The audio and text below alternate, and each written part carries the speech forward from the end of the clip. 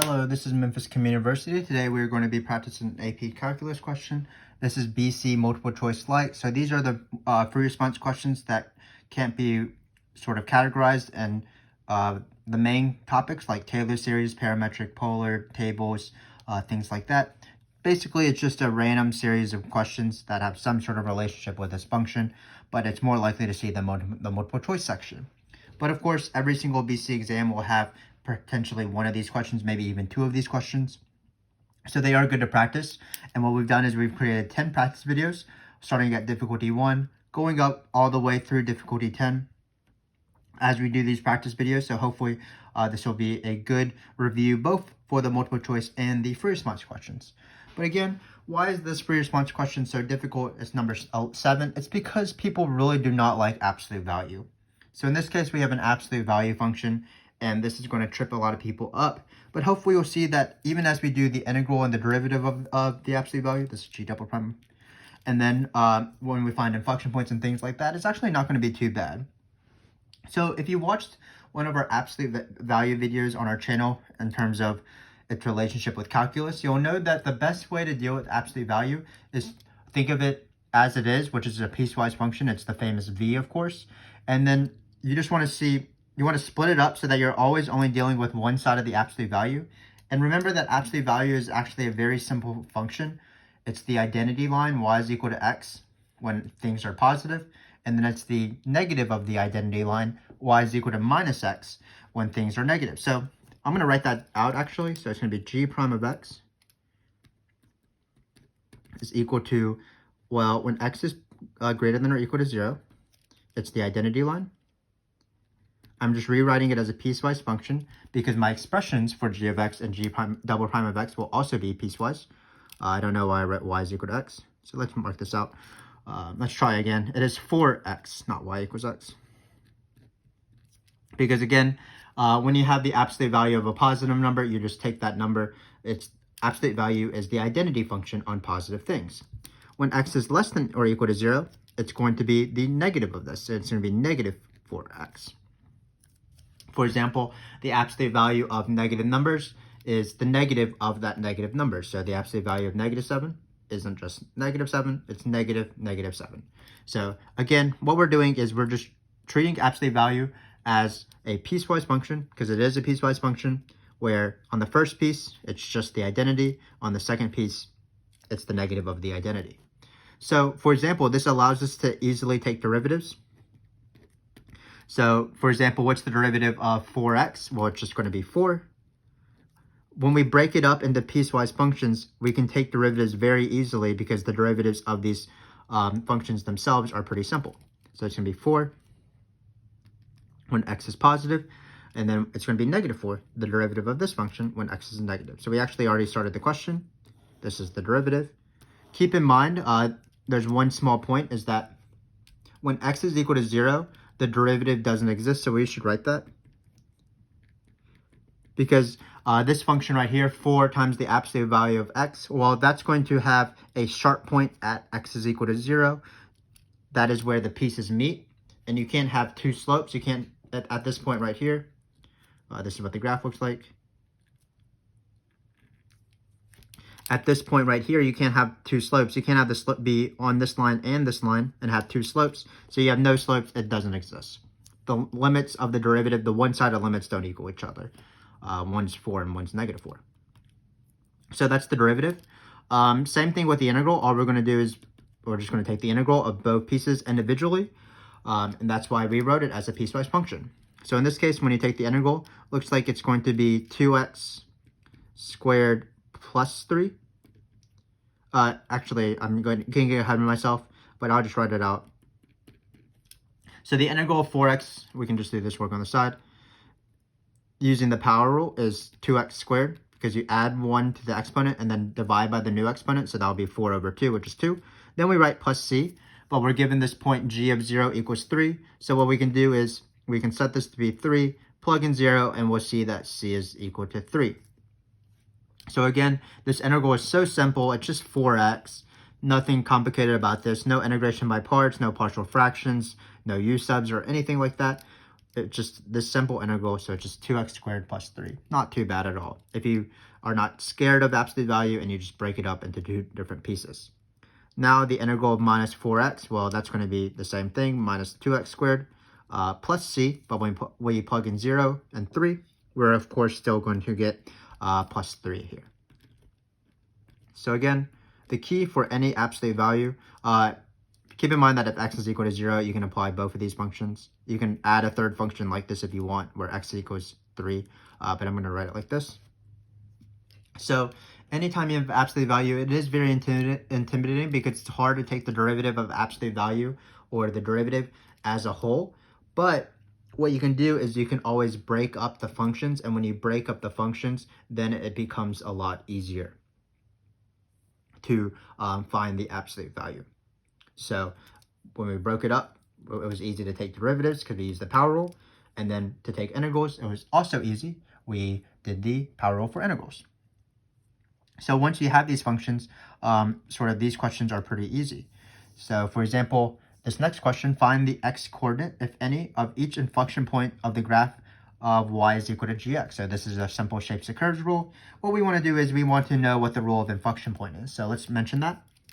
F has an inflection point when f changes concavity.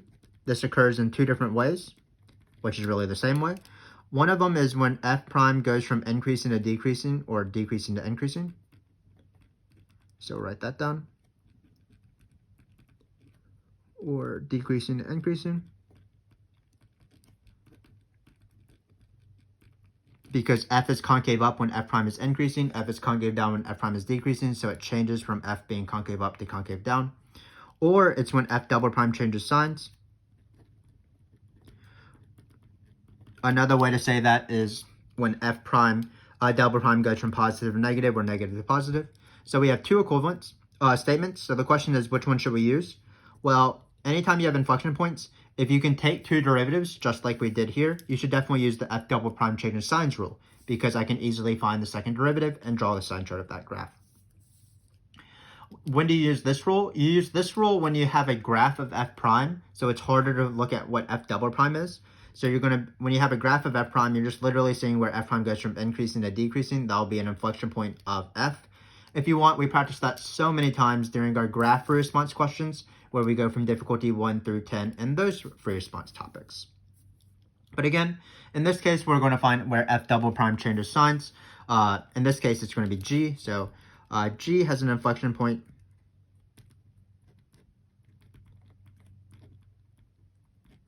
Keep in mind that even if g double prime doesn't exist at 0, it did change signs from -4 to 4. So this is where it changes concavity.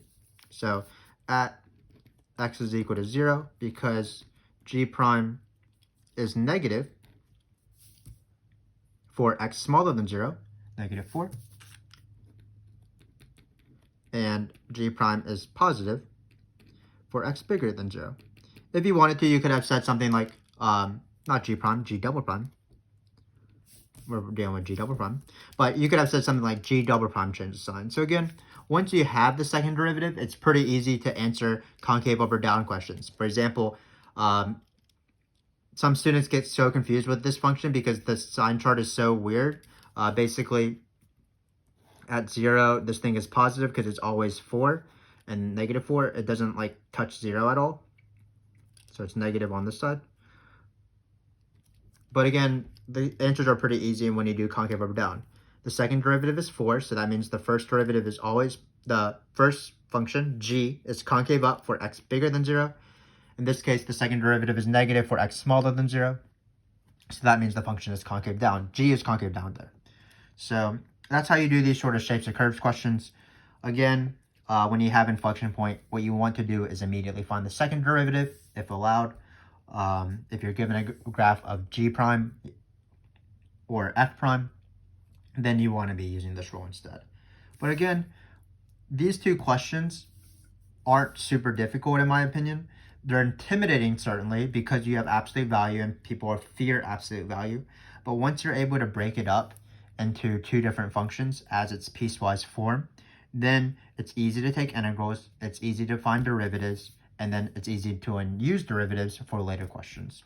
So that's my spiel on absolute value. That's really the absolute value part of this free response question. Everything else doesn't rely on the absolute value, so we'll see that though. But again, for absolute value, just break it up and just treat each piece individually, whether you're taking derivatives or whether you're taking integrals. So the next question is a BC topic. It is going to be Euler's method. Euler's method is a little bit weird in this case.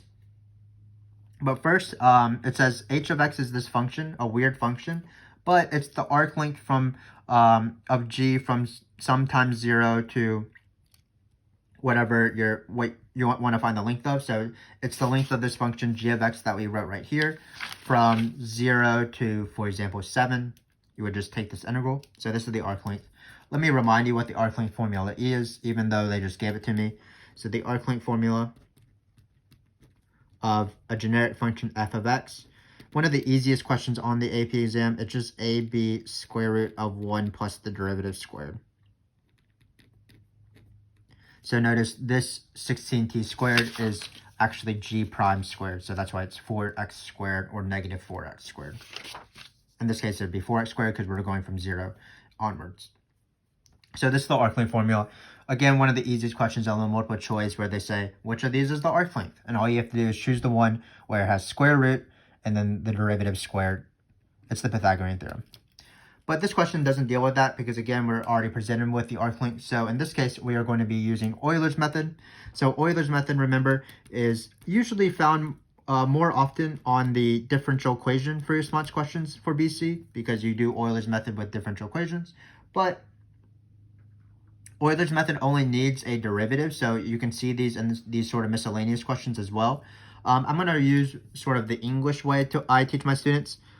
Basically, you take step by step, and the process is the equation of a line. So you're going to find new y's. What it's going to be is previous y's plus the step size. Usually it's indicated by an h, but in this case, we're using the variable h, so that might not be the best idea. So it's going to be step size. And then you're going to have some information about the slope.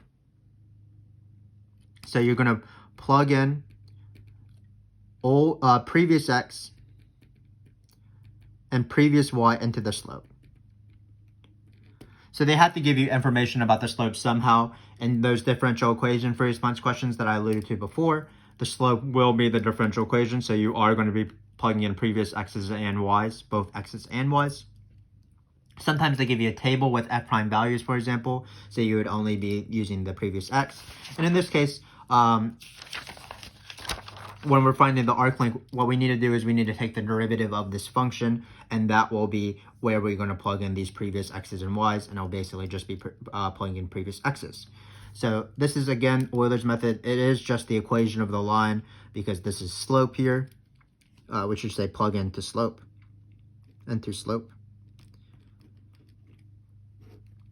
Plug in old x, old y into slope or the derivative. So it is just the equation, new y minus previous y if you brought this over, and then this is the difference in the x's times slope. So it's just the equation of the line. So the first thing we need to do is before we start Euler's method, as we try to approximate h of 6, we do need the derivative because we need to plug in stuff into the derivative. So what's the derivative of this function? Well, that's the fundamental theorem of calculus part 2. When you take a derivative of a function defined as an integral, because derivatives and integrals are basically inverse processes, once you take the integral and take the derivative, you just end up with the same thing. So there should be a dt here, but you just end up with this function. So it's going to be just square root of 1 plus 16x squared. And that's all it is. Not too bad. So now we're ready for Euler's method. Hopefully the numbers don't get too big with this 16, but I think we'll be able to survive. So what I like to do is I like to write out the first y and the first x. So we're going to start off with x is equal to 0. What is the first y? Well, when you plug in 0, you're going to get 0 because you have the integral from 0 to 0. There's no arc length between 0 and 0, so the first y is going to be 0. H of 0 is 0. Sorry, I said the word 0 like 25 times there. But now we're ready for the first Euler's method. So looks like the step size is going to be 3 because we have 2 steps. So we're going to approximate the value at 3, and then we're going to approximate the value at 6. So when we plug in 3 here, we're going to use this formula right here. So the new y is the previous y, which is just 0, plus the step size. In this case, the step size is 3, because we're going 0, 3, 6. And then you plug in the old x and the old y into this function. That's not going to be too bad. When you plug in, there's nothing to plug in for y because there's no y's in this case. Again, you plug in y's for differential equation free response questions. If you want to see examples of those, check out those videos, like difficulty 5, I believe, in those videos, differential equations. But in this case, we're only plugging in 0, so you're just going to get square root of 1, which is just 1, which is just lovely, of course. So this is previous y, step size, plugging in the old x into this guy right here, the derivative. So you're just going to get 3 here. So now we're going for the second step. X is equal to 6. This will be the answer. It's going to be the previous y, which is 3, plus the step size, still 3. And then we're going to plug in the old x, and technically the old y, into our derivative here. So when we plug in 3, we do need to know what 3 squared times 16, that's 9 times 16. No shame, of course, doing math on the side like this. I'm going to do it here because it's the only thing we have to do. 9 times 6 is 54. 9 times plus 5 is 14. So it looks like it's 144. That makes sense. Did I do it that right? 9 times 6 is 4 times 5. I think that's right. So it's 144. But keep in mind that we're still plugging in the old x into this function. 144 is just this part right here. So we're going to add 1 and then take the square root. So it's going to be square root of 145. And this is going to be our answer. There's no way to simplify this because 145 is not a perfect square. So we're going to leave it like this. So this question was actually a pretty nice question in my opinion because it covered 3 different topics as we did this question, which is nice, of course. So the first thing that it covered was arc length. This is the formula for arc length, the integral of the square root of 1 plus the derivative squared. The second thing that it covered was how to take derivatives of integrals, but that's an easy question. Taking derivatives of integrals uses the fundamental theorem of calculus, and basically you just get rid of the integral because the derivative and the integral sort of cancel. And then finally we had Euler's method, which is a pretty easy process itself. The English phrasing of this is the new y you want after every step is equal to the previous y plus the step size, and you plug in the old x and the old y into your, or the previous x and the previous y into your slope. So to find this guy right here, we plugged in this. And to find this line, we plug in the previous one, which is x is equal to 3. Be careful to not do Euler's method too often, too many steps. But notice we're starting off with x is equal to 0. We go 1 step for x equals 3, 1 step for x equals 6. So again, quite a lovely question, which involves 3 easier questions: arc length, fundamental theorem of calculus, and Euler's. This last question will be harder, in my opinion, than all of those 3 questions combined. This is finding the value of this integral. So we do have an integral and we do have absolute values. So again, this might be a little bit intimidating. But before we start, notice that we're just doing positive numbers. This integral will only be on positive numbers. So when we look at this function, we don't have to treat this g prime as 4 absolute value of x. We can just treat this as 4x because any absolute value between 1 and 5, 1/2 and 1 will just be 4x. It's just the positive side. So I'm going to rewrite this function as the integral of 1/2 to 1 of 4x times sine of, I definitely didn't mean this. I definitely meant sine of pi x. I don't know what I was thinking. So let's change the question before we start. A strategy I would not recommend on your tests, just randomly changing the question. But in this case, we're just having fun here. We're just practicing, and it makes more sense for it to be sine of pi x. So I'm going to change it to sine of pi x. So this is integration by parts because we have 2 things that don't have anything to do with each other. Integration by parts is the opposite of the product rule. Let me remind you about integration by parts. So integration by parts is one of the 2 integral methods that are often found on the BC exam, the other being partial fractions. Not really that difficult to confuse the 2 because one of them has a fractions, one of them doesn't. But you want to know how to do each one because once they are on the AP exam, usually they're worth 3 to even 4 points on a free response question, which is quite a hefty amount. So this is how you do integration by parts. The first thing, what we're going to do is we're going to be using this formula, uv minus the integral of v du. So what we're going to try to do is we're going to try to change this harder integral into an easier integral.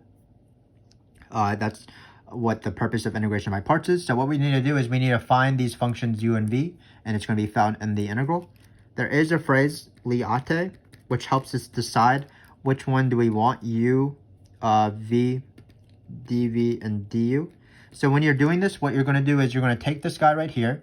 One of them is going to be u, and one of them is going to be dv. You're going to take the derivative of u, you're going to take the integral of v, and then you're going to set up this equation. This phrase liate helps us choose between u's and dv's because we want to choose things that are easy to integrate because we're going to integrate dv. So that's going to be our dv.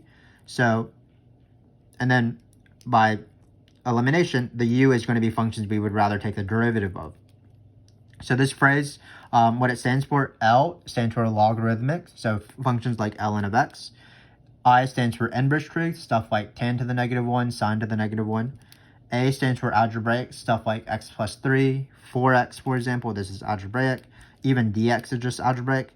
T stands for trig, like this function right here, sine pi x. And then E is exponential, things like e to the x or 3 to the x. So in this case, because 4x is to the left, it's closer to the front of the acronym, we're going to choose that for u, 4x. And then we're going to choose dv as sine pi x. Because we have numbers here, I'm not going to deal with the numbers first. I'm going to find the integral, and then I'm going to plug in 1 and 1/2 at the very end. So once you set this up, all of your decisions are made for you. There's nothing to choose anymore. You just do the process. So what you do is you take the derivative of 4x, that's just 4. Then you take the integral of v. Keep in mind that when we're doing this integral, there's an inside function here. If you're taking derivatives, that's the chain rule. Here we're doing antiderivatives, so it's going to be like the chain rule, but instead of multiplying by the derivative of the inside function, we're going to divide by the derivative of the inside function, which is the same thing as multiplying by the reciprocal of the inside function. So in this case, the integral of sine is minus cosine of pi x, and we're going to multiply by 1 over pi. This will be the antiderivative. I don't know what this water drop is, but this will be the antiderivative. Again, we multiply by 1 over pi because that's the reciprocal of the derivative of the inside function. This is called skipping the u sub or not actually carrying out the u sub because the antiderivative is not too bad. So now that we have this, we're going to form this equation, u times v. So it's going to be 4x. We can put the minus in front. We can put the pi in the front as well. Divide by pi, cosine of pi x. I always like to take my constants to the front of the question just to make things look nice. And keep in mind that the formula is minus, but oftentimes you have a minus in one of the u's and the v's and the du's. So in this case, it is minus here. So it's minus minus, it becomes plus. This is just dx. Again, I'm going to take out my constants. So I'm going to take out 4 and over pi. And then we're going to be left with cosine of pi x. Great. So again, we have 1 over 1/2. We'll deal with that later. So we did our goal of changing this integral. Notice that this integral is simpler than the one we started off with because now we don't have this 4x. It's just cosine of pi x. So now we can just take the antiderivative. Similar to how we took the antiderivative of sine of pi x, we will have to employ the chain rule, or sort of the opposite of the chain rule, a u sub, where we have to multiply by 1 over pi. So let's do that. So this integral right here is going to be 4 over x. Just rewriting this. I didn't rewrite it correctly. X times cosine of pi x plus 4 over pi times 1 over pi because we have to multiply by the derivative's reciprocal. And then what's the integral of cosine? That's just sine. Keep the inside the same because that's the u. And then we're going to plug in 1 and 1/2. And that's integration by parts. So you set up the u, v, du, dv, use liate to find this. And now we have to finish the question. I'm going to hopefully put it in this little box right here. Probably not the best thing, but we'll try our best. So just with the fundamental theorem of calculus, of course, we're plugging in the top number, and then we're going to subtract off plugging in the bottom number. So when we plug in 1 here, notice you'll get cosine of pi. Remember, pi is this point right here. It is -1, 0. So cosine of pi is -1. When we plug in 1 for this, obviously that's 1. So it looks like you're going to get -1. I'll cancel out with this negative, so you're going to get 4 over pi. Then when you plug in 1 here, you're going to get sine of pi. Sine of pi is great because that's the y value at the unit circle, so that's going to be 0. So we don't have to consider all of this because 0 times anything is 0. Then we're going to plug in 1/2. So pi over 2 is this point right here. It's 0, 1. So 1/2, when we plug that in, that'll be cosine of pi over 2. That's going to be 0. And then finally, when we plug in 1/2 here, that's going to be the y-coordinate 1. So it'll be 1 times all of this. So it'll be 4 over pi squared.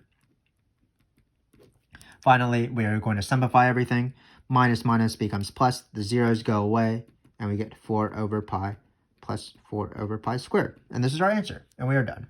So I'm going to review how we did this as I review all the questions. So again, we started off with this absolute value, which was really hard.